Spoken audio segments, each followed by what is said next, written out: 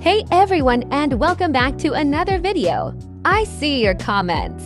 And this is by far one of the most requested deep dives we've had lately. Today, we're peeling back the layers on a very powerful, somewhat controversial, and frankly, quite complicated application, the Netcut app, specifically when used on a rooted Android phone. Now, before we even get into what Netcut does, we need to address the elephant in the room, the rooted Android phone requirement. For those who are new to this, rooting an Android device essentially means gaining superuser access.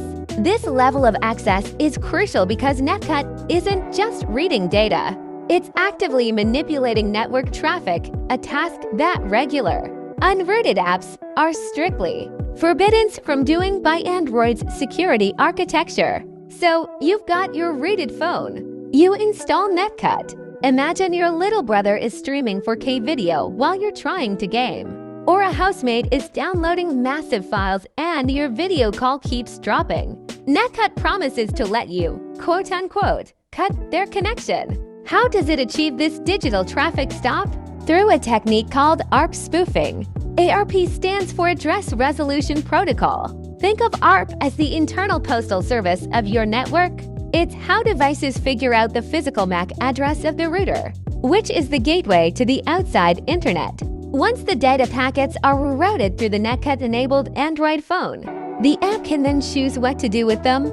If you've selected a device to cut, Netcut simply drops those packets, effectively starving that device of its internet connection. From that device's perspective, the Wi-Fi icon is still lit up.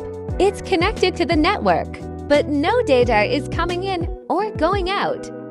And this is a massive, but Netcut walks a very fine ethical and legal line. Because it performs ARP spoofing, it is classified as a malicious or disruptive networking tool by most antivirus and security suites. Using it without permission on a network you don't own or control can lead to serious consequences, including legal trouble, as you are actively interfering with the communication of others.